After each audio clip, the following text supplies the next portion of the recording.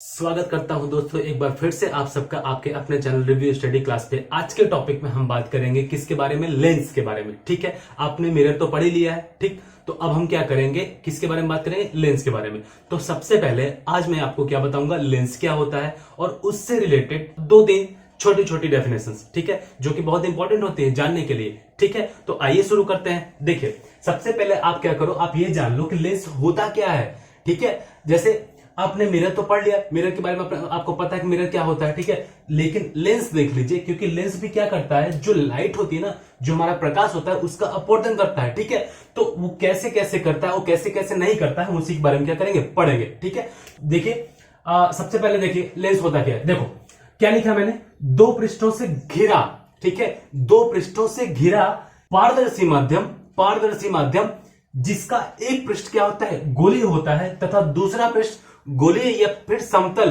दोनों में से कोई एक हो सकता है। ठीक है, गोलीय या फिर समतल दोनों में से क्या हो सकता है, कोई एक हो सकता है, तो उसे ही हम क्या बोलते हैं, लेंस कहते हैं। बात समझ में आ गई कि दो पृष्ठों से घिरा कोई पारदर्शी माध्यम जिसका एक पृष्ठ गोलीय होता है और दूसरा पृष्ठ गोलीय या फिर समतल होता है, क्या कहलाता है, लेंस कहलाता है। बात समझ में आ गई। और अगर जब दोनों पृष्ठ गोलीय होते हैं तो उसको हम क्या बोलते हैं, गोलीय लेंस बोलते हैं। बात क्लियर हो गई। अगर दोनों पृष्ठ हमारे क्या होंगे, गोलीय होंगे, तो उसको हम क्या बोलेंगे, गोलीय लेंस बोलेंगे। ठीक है, और अगर एक हमारा क्या होगा, समतल होगा, और एक कैसा होगा, गोलीय होगा, तो उसे हम क्या बोलेंगे, लेंस कहेंगे। बात क्लियर हो गई। ठीक है, तो देखिए लेंस मेनली दो तरह के होते हैं। ठीक है, वैसे तो होते हैं कई प्रकार के, लेकिन मेनली क्या होते हैं, दो तरीके के, जो कि आपको पढ़ने भी है। पहला कौन सा है, अवतल लेंस। ठीक है, दूसरा कौन सा है, उत्तल लेंस। ठीक है, अवतल और उत्तल, सबसे पहले हम इसकी बात करते हैं। किसकी बात करते हैं, उत्तल लेंस की।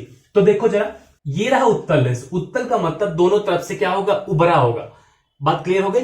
उत्तल का मतलब क्या होगा, दोनों तरफ से उभरा होगा, तो उत्तल। ठीक है, तो उत्तल मतलब उभरा हुआ तल। ठीक है, उभरा हुआ तल जो होगा वो क्या कहलाएगा, उत्तल लेंस कहलाएगा। ठीक है, तो ये जो लेंस हमने दिखाया है आपको, ये क्या है, उत्तल लेंस है। सेम इसी की तरह क्या है, अवतल है ना, जो अंदर से दबा हुआ होगा। कैसा होगा, जो अंदर से दबा हुआ होगा वो क्या कहलाएगा, अवतल लेंस कहलाएगा। ठीक है, तो दोनों आप फिगर में देख पा रहे हो ना, ये रहा उत्तल लेंस और ये रहा अवतल लेंस। ठीक है, ये बात क्लियर हो गई। अब जैसे देखिए, मिरर में आपने देखा था यहां पर पॉइंट P होता था। ठीक है, उसको हम बोलते थे पोल, बट लेंस में ऐसा नहीं है। लेंस में ये जो पॉइंट होगा ना, मुख्य अक्ष, ठीक है, ये जिस पॉइंट पे कट करेगी ना लेंस के बीचों बीच, उसको हम बोलेंगे प्रकाशिक केंद्र। क्या बोलेंगे, प्रकाशिक केंद्र। इसको क्या बोलते हैं, ऑप्टिकल सेंटर। ठीक है, वो लेंस के लिए चाहे उत्तल हो चाहे अवतल हो, दोनों के लिए क्या होगा, सेम ही होगा। बात हमेशा ध्यान रखिएगा। ठीक है, अब जरा देखिए, ये दोनों बातें क्लियर अगर हो गई तो अब इसको देख लीजिए जरा। इसमें क्या है कि हमने क्या लिखा है, लेंस से संबंधित परिभाषा है ना। तो सबसे पहले मैं आपको बता दूं कि प्रिंसिपल एक्सिस क्या होता है, मुख्य अक्ष क्या होता है। मिरर में भी आपके पास मुख्य अक्ष था, ठीक है, और लेंस में भी क्या होगा, मुख्य अक्ष होगा। ठीक, तो सेम उसी के पैरेलल चलेगा। ठीक है, कोई भी चीजें बहुत ज्यादा डिफर नहीं करती। जैसे वहां पे पोल था, यहाँ पे ऑप्टिकल सेंटर है। ठीक है, तो इतनी बातें, कुछ सिमिलर भी हैं, कुछ सिमिलर भी नहीं है। ठीक है, तो वही सारी चीजें आपको क्या करना है, जानना है। तो देखिए, पहला क्या हमने लिखा है, मुख्य अक्ष। तो मुख्य अक्ष क्या होता है, लेंस के दोनों पृष्ठों के वक्रता केंद्र को मिलाने वाली रेखा को, लेंस के दोनों पृष्ठों के वक्रता केंद्र को, लेंस का एक पृष्ठ ये हो गया, एक पृष्ठ हो गया, तो दोनों पृष्ठों के वक्रता केंद्र को मिलाने वाली रेखा को क्या बोलते हैं, हम मुख्य अक्ष बोलते हैं, प्रिंसिपल एक्सिस बोलते हैं। ठीक है, ये बात क्लियर हो गई। तो जैसे देखिए, नेक्स्ट देखिए, प्रकाशिक केंद्र, जो भी मैंने आपको बताया, मुख्य अक्ष पर लेंस का वह बिंदु, मुख्य अक्ष पर लेंस का वह बिंदु जिससे होकर जाने वाली प्रकाश किरण अपवर्तन के पश्चात मुख्य अक्ष के समांतर निर्गत होती है, लेंस का क्या कहलाता है, प्रकाशिक केंद्र कहलाता है। इट मींस, कहने का मतलब यह है कि अगर कोई भी प्रकाश की किरण अगर इस पॉइंट से होकर जाएगी ना, तो यहां से होने के बाद जब वो यहां पर आएगी तो क्या करेगी, इसके पैरेलल हो जाएगी। बात क्लियर हो गई ना। तो ये क्या लिखा है ना, मुख्य अक्ष के समांतर निर्गत होती है, तो लेंस का क्या कहलाता है, प्रकाशिक केंद्र कहलाता है। आगे जब आप पढ़ोगे ना कैसे इमेज का फॉर्मेशन होता है, तो उसमें दिखाऊंगा ना, परेशान होने की जरूरत नहीं है। ठीक है, और प्रकाशिक केंद्र को किससे शो करते हैं, हमेशा O से शो करते हैं। ठीक है, किससे शो करते हैं, O से शो करते हैं। बाकी फोकस दूरी आप जानते ही हो क्या होती है, प्रकाशिक केंद्र से। जैसे ये आपका क्या हो गया, ऑप्टिकल सेंटर, इसको हम क्या बोलते हैं, प्रकाशिक केंद्र, और ये आपकी क्या हो गई, फोकस। तो प्रकाशिक केंद्र से फोकस के बीच की दूरी को क्या बोलते हैं, हम फोकस दूरी बोलते हैं। और फोकस दूरी को हमेशा किससे शो करते हैं, स्मॉल एफ से। किससे शो करते हैं, स्मॉल एफ से। ध्यान रहेगा ना, फोकस दूरी को किससे शो करेंगे, स्मॉल एफ से। ओके, हमेशा ध्यान रखिएगा। ये आपका क्या हो गया, स्मॉल एफ हो गया, ठीक है। ऑप्टिकल सेंटर से फोकस तक के बीच की दूरी को।